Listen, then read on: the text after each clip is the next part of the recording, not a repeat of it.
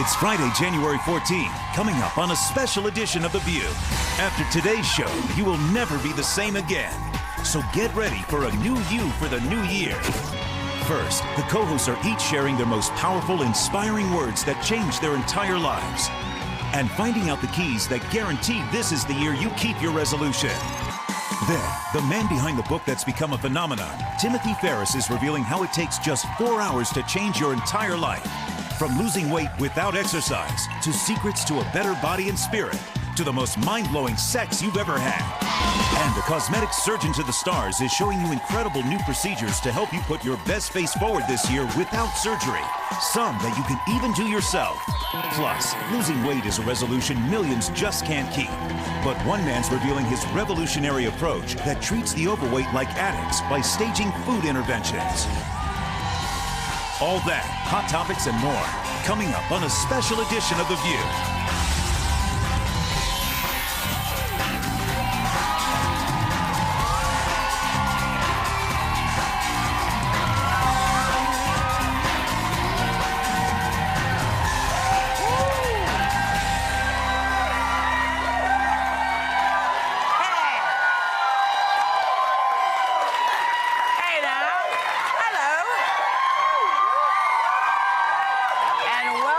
Welcome to a very special edition of The View. That's all about a new you for the new year. You know, everything from how to keep your New Year's resolution secrets to changing any part of your life in just 4 hours, the latest non-surgical cosmetic procedures for your face, and a revolutionary new way to lose weight that's getting results.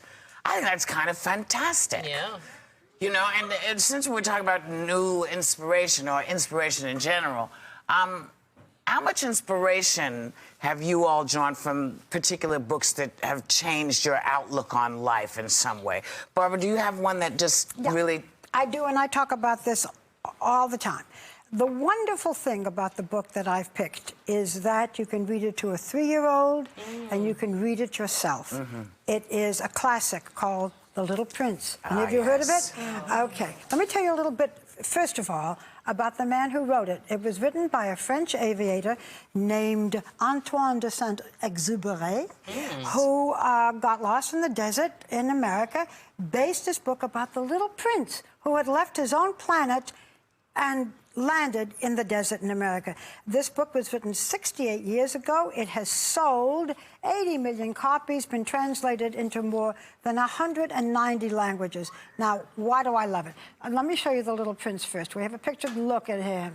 So here's a little prince, and he left his own tiny little volcano, planet, which has 2 volcanoes that he cleans every day, and 1 rose. Okay.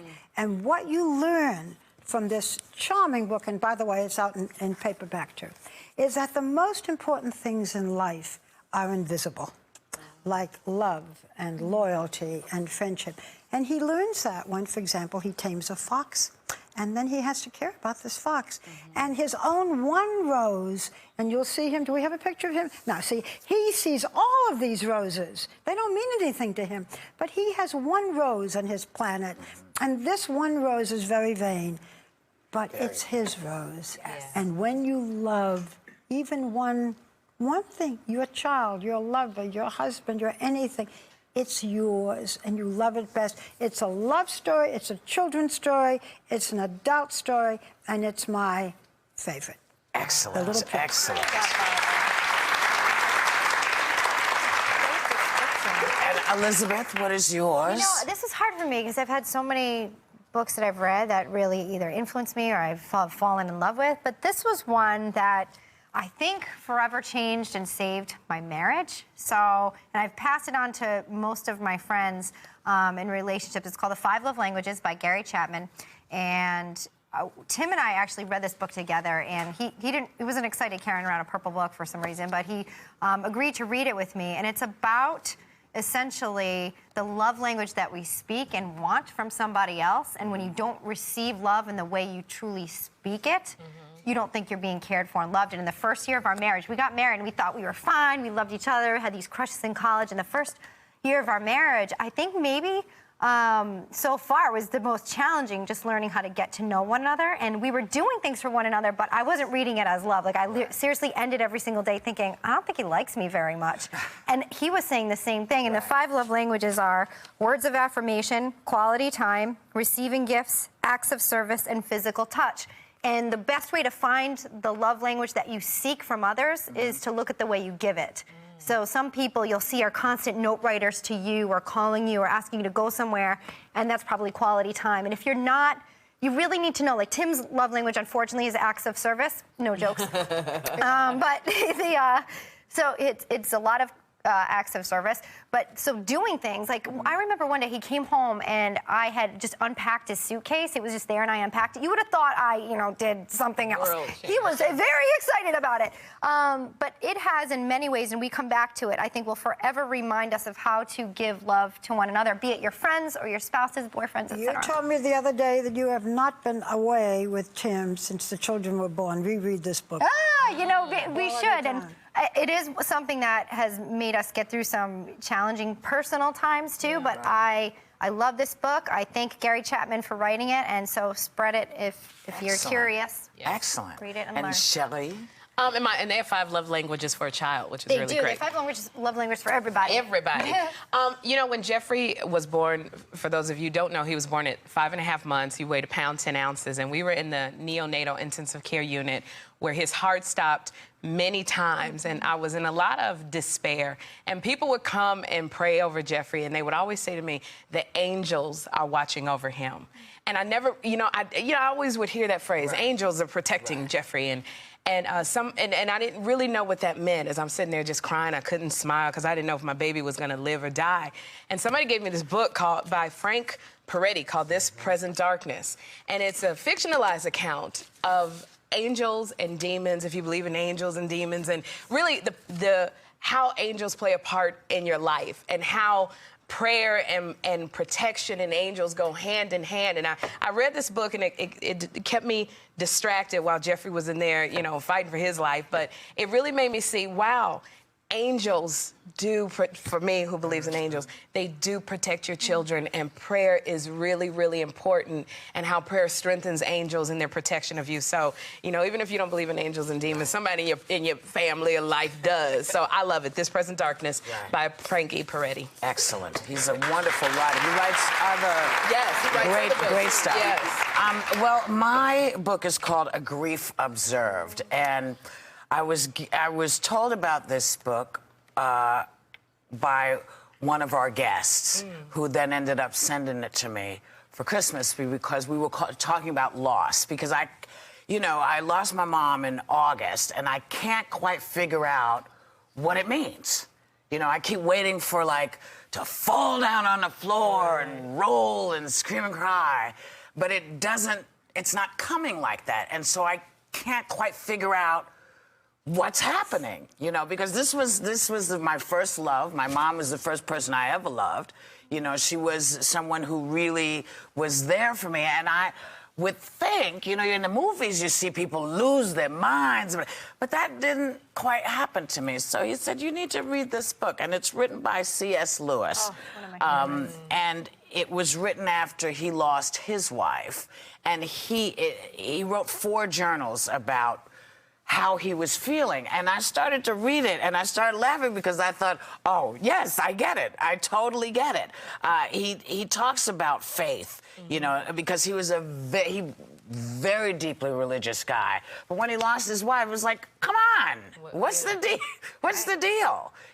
And then he had to sort of think about, well, do I not believe because I didn't get what I wanted? And, so it brought up all those kind of questions. And he just talks about living every day. It's because it's every day. It's the 24 hours that you had before the person passed, and now it's the 24 hours after they've gone, and the 24 hours after that, and the 24 hours after that. And it's never going to get better, but it will evolve, and that's what happens, and there's nothing wrong with the evolution of it.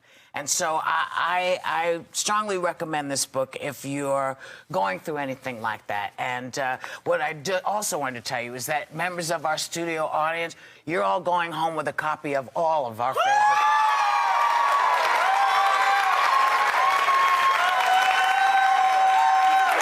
Yeah, I love it. And now, a word from our sponsor. You know, as working moms, we rarely find time to exercise. I mean, my life is so hectic these days. Last week, I spent 20 minutes on the treadmill before I realized I forgot to turn it on. But now EA Sports is making it possible to get a great workout in the privacy of your own home with the newly released EA Sports Active 2 for Nintendo Wii, PlayStation 3, and Xbox 360 with Kinect.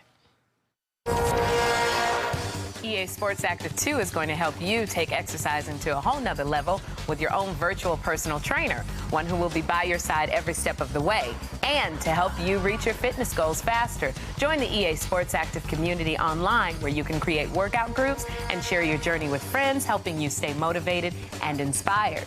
EA Sports Active 2 comes with motion sensors that strap onto your leg and arm. Simply select the workout you'd like to do and let the fun and fitness begin. Your personal trainer will guide and motivate you through your own customized workout. You can also keep track of your heart rate with constant on-screen monitoring. And because we want you each to have your own personal training session right at home, members of our studio audience are each getting a copy of EA Sports Active 2.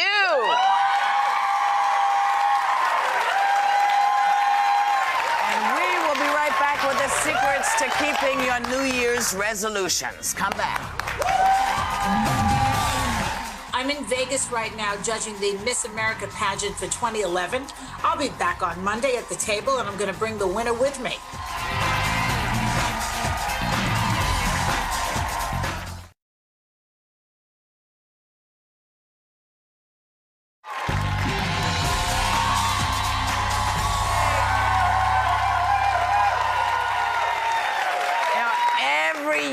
It's easy to make resolutions about your relationships and being better parents and being better to yourself. But the hard part is keeping that resolution. So we're finding out how right now.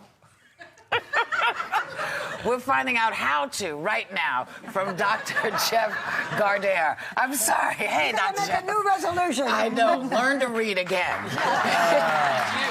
So, one of the top resolutions single women had was to get their guy to commit.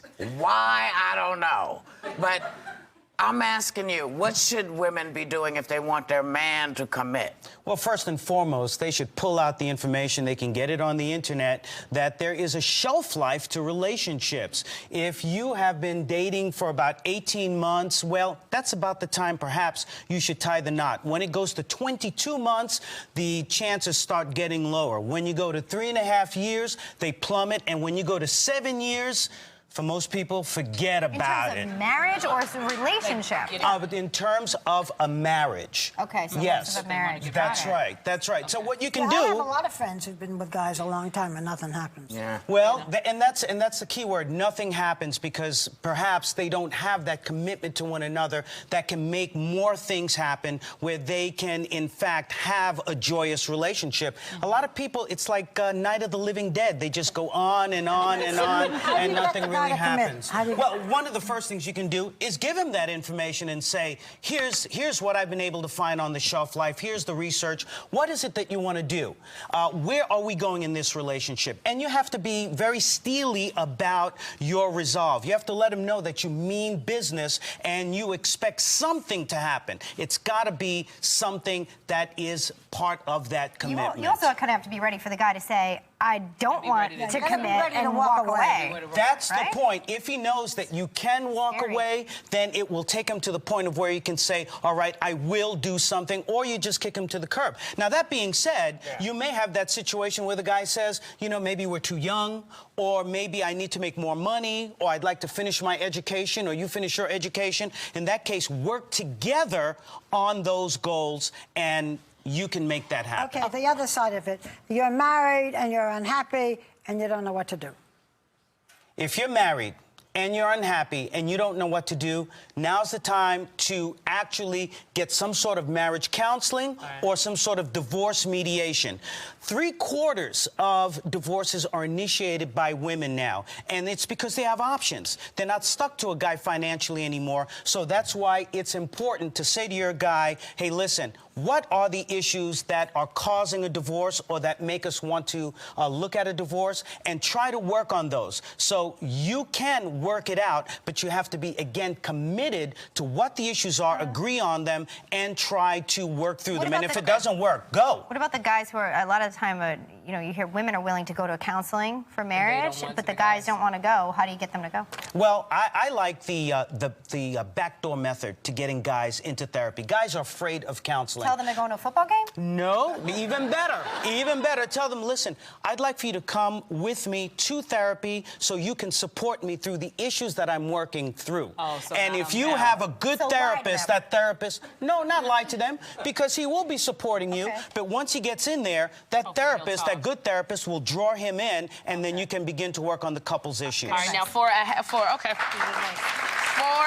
happy marriage, a lot of a common resolution that women wanted to have was, if they're in a happy marriage, they want to be more daring in their sex life, but it's a little embarrassing, some of the stuff that they might want to try.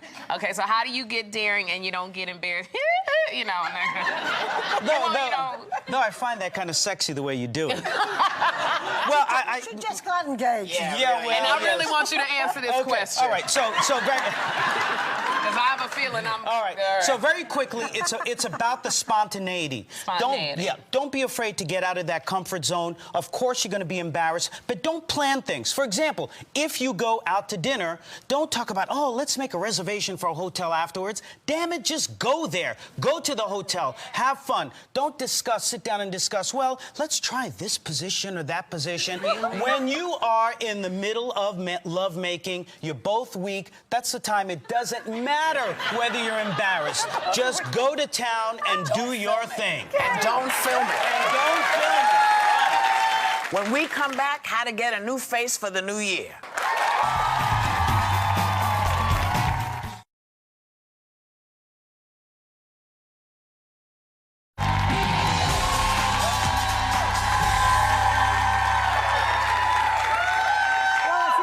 For a new view, when you look in the mirror this year, you may be considering cosmetic surgery, but right now we are finding out brand new procedures that could transform your face without surgery from cosmetic dermatologist, superb dermatologist, Dr. Frederick Brandt.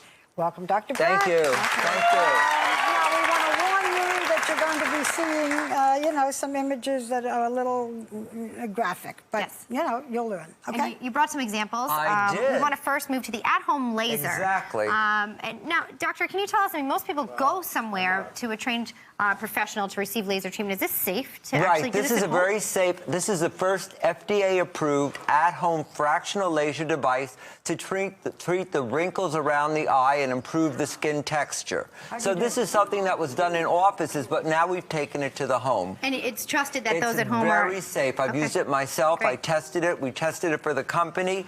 The laser is very simple. The patient puts on some gel. Okay. It will not fire unless all four corners of the device are in firm contact with the skin. So the laser device could never injure your eye. It could never go where it's not supposed to go. So the direction is always right on the skin. Where? First you put the gel on, and then... and then the patient puts it in contact with the skin, and then you'll hear a little beeping sound, and it scans the skin, firing little microcurrents of laser energy. And what is it?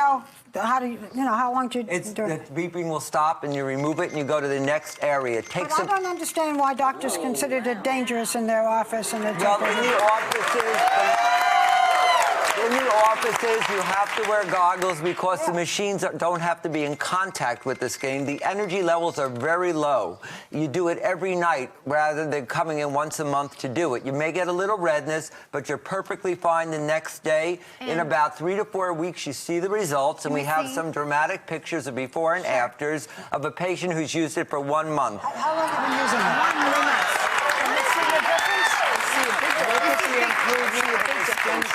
Texture. In 1 month, you can see that difference. In 1 month, improvement in texture, improvement of lines. It's a Palavia laser. Can you go buy this? You can go online to palavia.com and you can buy it. How much is it? It's about $500, and if you consider what treatments cost between $1,000 and $3,000 in the office, it's quite valuable. Well, the first month I used it every night, and it was very easy to use, just as we demonstrated, just right around the eyes, mostly in my corners. That's where I needed it. And the last 2 months, I just twice a week, and it's part of my bedtime routine. I wash my face, take off my makeup, and I feel great. So now let's go to the doctor's office. For those who are a little skittish, afraid of needles, correct? Right. Well, it is an alternative, but it does more than that. You don't use as many needles. Of course, you have to make a needle puncture, but the you're talking about putting fillers in. Right. We're Restylane or injecting other fillers with the cannula lift. So we're injecting Restylane, Perlane, any other hyaluronic. It's usually done with a needle. Right, but you can see here, that's not a needle because it's not even puncturing. It's a blunt-tipped instrument. So what we do is we've treated Jennifer before the show, but what we do is we take, excuse me, a needle, and we make a little puncture in the skin. And Jennifer's a great patient. And you don't have any anesthesia in the face? No, she doesn't. You can use a topical anesthetic, which will help the puncture stick. Is it hurting? And that's all. You do one poke. Whatever pain One there is, puncture. it's totally worth it. But so you're doing this instead of the needles with the Well, rest that of it? was the needle. Yes, now look what we're doing. We're taking the blunt-tipped instrument, and we go through the needle hole right under the skin. Okay. Did that hurt, Jennifer? No, not and then at all. we can inject our filler. And what we do is we're recontouring the face. I always say it's not just about lines and wrinkles. What makes you look young is the contour of the face. And look at Jennifer's before and after. Here, what we've done, we've added volume to the cheek. We've lifted up the jawbone. We've softened the nasolabial fold. And we've improved her neck. And that's all without surgery. Doctor, I see people when they use Restylane or Perlane or whatever, and they've got these sort of like chipmunk cheek, you know. Right, it's, you know, like and every dermatologist now is doing this. How do you know when it's too much? Yeah, it's not about how much you put in, it's about where you place it. This is an art, and it's about sculpting the face. And oftentimes, Jennifer, would you agree, you can look thinner and less plump because we're lifting everything up. Absolutely. Jennifer's never had surgery. How long have you been my patient? Probably 15 years. And how often is this? This will last about a year. Last a year. Even after a year, you'll still have some filler left in you. Cost of this treatment? Pardon? Cost per treatment? It can range anywhere from $1,000 to $5,000, depending on how many areas you're treating. Jennifer, we treated the temples, the cheeks, the chin, and she got a great result. Okay. Now, this is the facelift without the surgery, doctor, correct? Now, let's talk about new technology here. Here we have the first FDA-approved device with ultrasonic tightening of the skin. And what this does, it tightens the deeper layers of muscles and the layers under the skin to cause a lifting of the face and the neck. You can use it on the neck, the jawline. Pardon? Is it an electrical stimulation machine? No, it's an ultrasonic, and the ultrasound produces heat, and you just apply it to the skin. The doctor does this. This is done in a doctor's office. You apply it to the skin, and you can see you get an ultrasound imaging of the skin, and you see exactly where the energy is targeted. So what you're doing is you're heating the muscle, the layers beneath the skin cause a tightening, new collagen production, and you're getting a lifting of the face and the eyebrow. From treatment on, how long does it last? The treatment takes approximately 45 minutes to an hour. Okay. Pain varies. You'll see the results in about 2 to 3 months. How long do they last?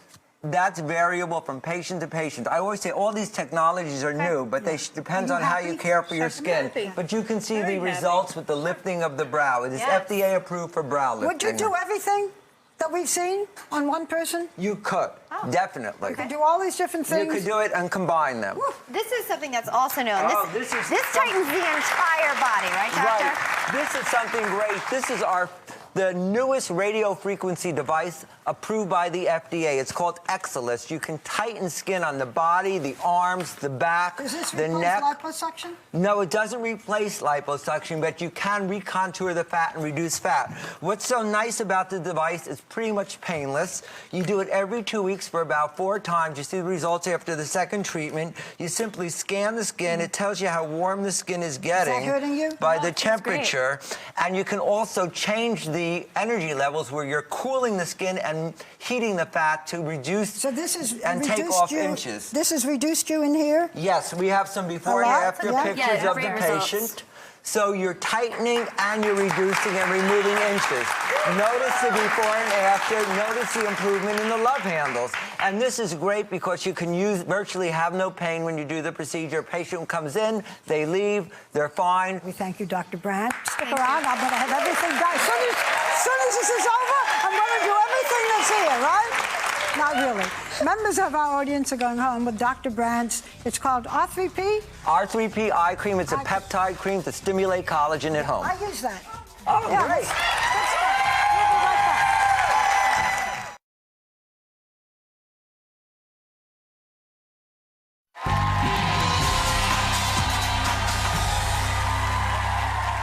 Every year, losing weight is the most popular resolution and the one most likely to fail. But our next guest has a revolutionary approach to weight loss, treating overweight people the same way you treat drug addicts and alcoholics and stage a food intervention. Please welcome interventionist and author of the book Just 10 Pounds, Brad Lamb, and a woman whom he has agreed to treat, Kara Fish. Welcome. We're glad you're both here. Brad, we want to get right to it because it's interesting. Can you start by explaining what overweight people and drug addicts, in your mind, have in common? Well, they share a bunch of stuff in that they gain weight if they don't want to. In spite of the costs, the physical and emotional costs, they continue to lose weight and be stuck in the behavior that's causing them to hurt. And so it's an obsession, it's a craving, and I see that more around food with a person who is an addict with food. They continue to gain weight, not lose weight. Correct. Yes. Now, but what is the main difference, would you say, between someone who is simply overweight versus someone who has a food addiction?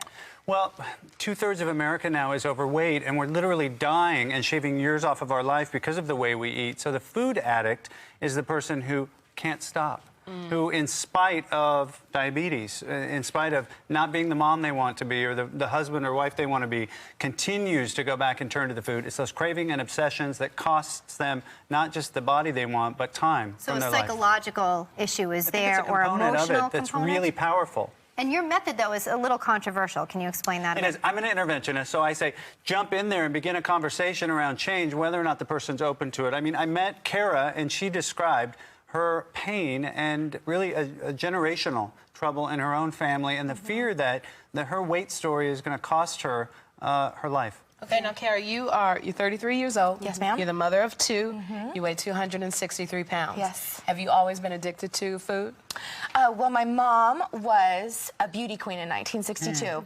Her first child, she gained 100 pounds in that pregnancy. Okay. And so, despite everything, she tried to get it off her entire life, and I watched that. So, here I am, I would say, probably yes. Yes, I've just continued to gain weight. And Sherry, in Kara's family, it's really a generational cycle. All the kids, all the adult children are heavy. And mom died, your mother died at 61 as a result of the cost of being overweight. But there were things that you did, Carrie. You had lap band surgery, I did. correct? And didn't lose any weight? Not anything. As a matter of fact, I gained weight because what's easier to eat is milkshakes or ice cream or things like that. So I realized that it's because something's wrong up here, I don't know how to deal with those emotions rather than eat. So I choose a milkshake rather than a spinach salad, let's say. What's your eating habits? What's the typical?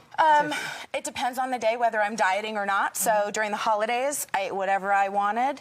Now I'm watching it a little bit more, trying to make sure that I can come down a little bit. Do you have a time of day that's like if after kids go to sleep that it's like you're... After dinner, for sure. We always want something sweet. Right. But you said you're an interventionist, and it's psychological. It almost seems as if you need some kind of psychological therapy. I mean, specifically dealing with somebody who's an addict or just overweight. What do you do? What's the advice that you give? How do you get it to stop? Is that so often I'll hear from people that are overweight, they'll say, I feel hungry. And hunger is not a feeling. Fear, rage, connectedness, or loneliness, those are feelings.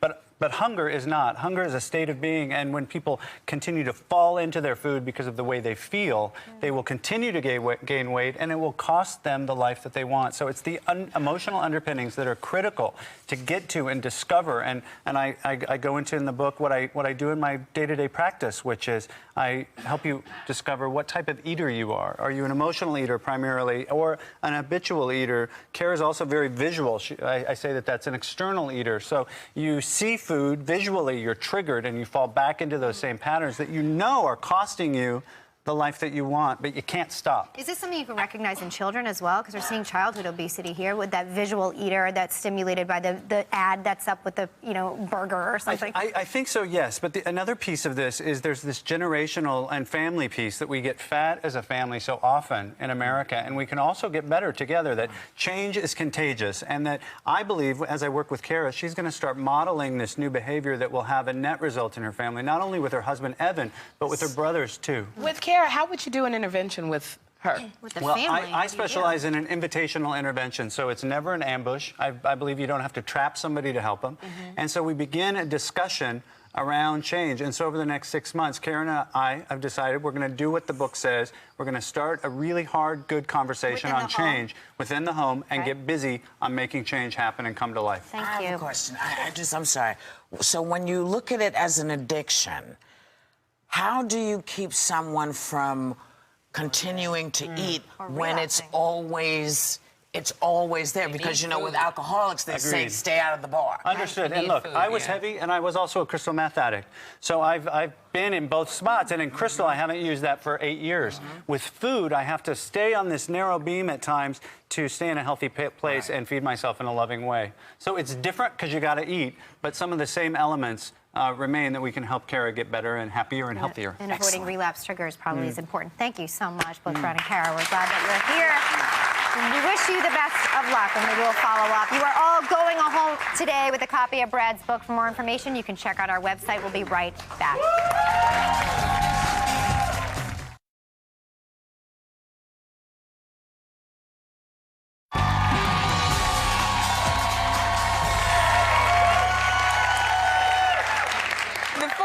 Body is the best-selling book that is quickly becoming a national phenomenon because it shows you how 4 hours is all the time it takes to change your entire life. So here to show you why is the book's author, Timothy Ferris. Hey, Timothy, how are you? Thank you for having me. Thank you for coming on. Okay, now, in the book, you talk about the biggest changes. I mean, little changes can make a big impact on your life, and 4 hours can create a whole new you. Okay, can you tell us about that? Right. So what we noticed, we did tests for 3 years with world-class scientists, Olympic coaches, doctors, and we found that big changes or too many changes just fails a lot of the time.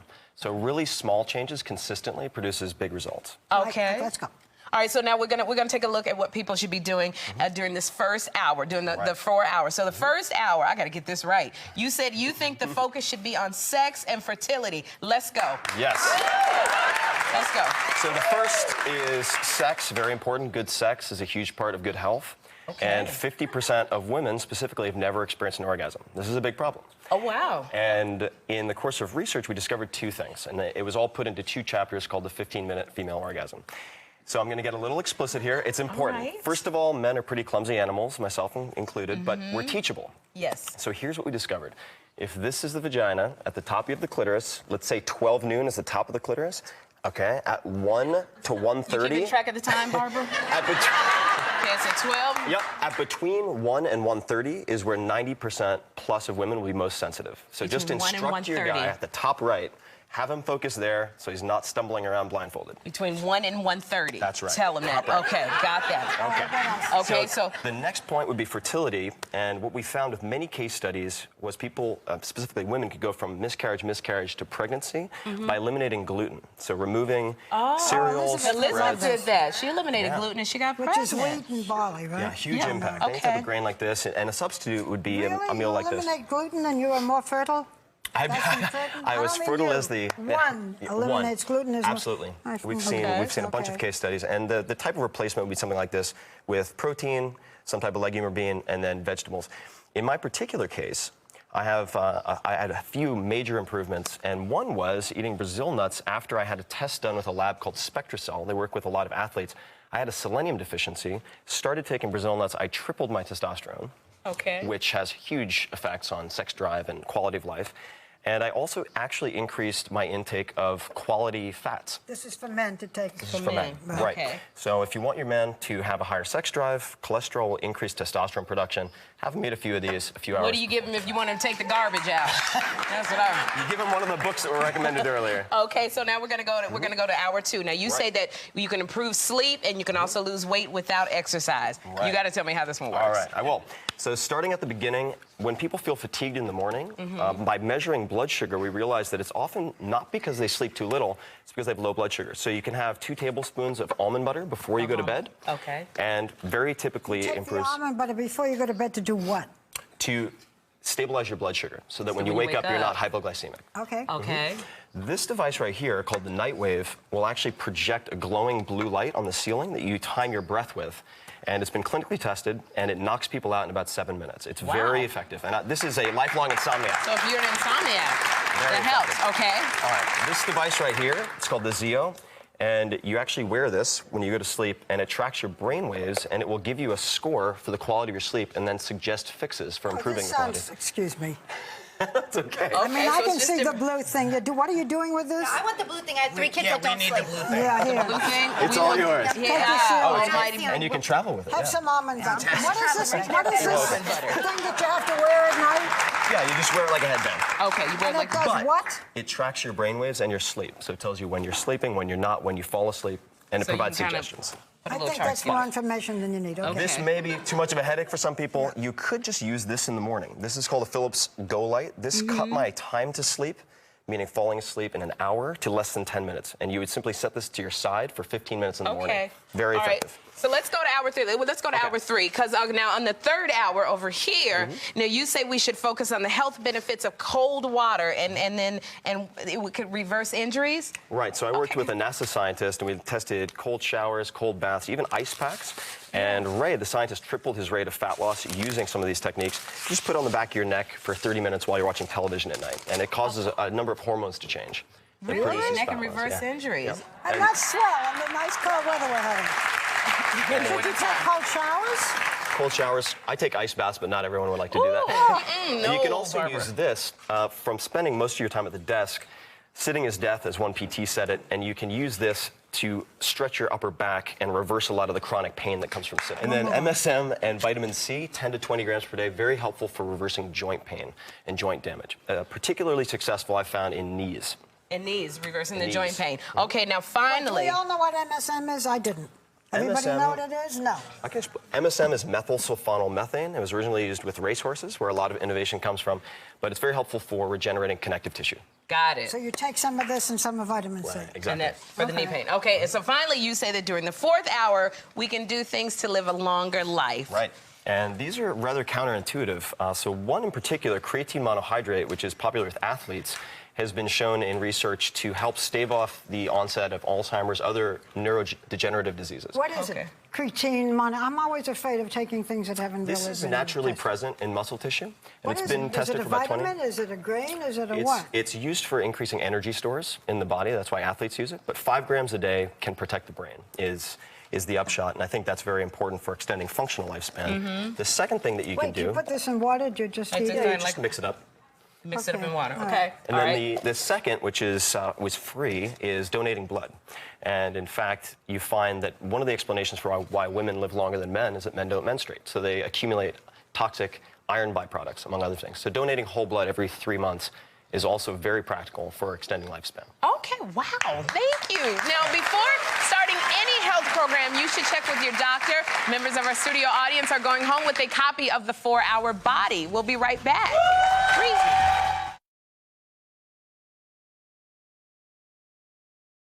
Have a great day, everyone, and take a little time to enjoy the view.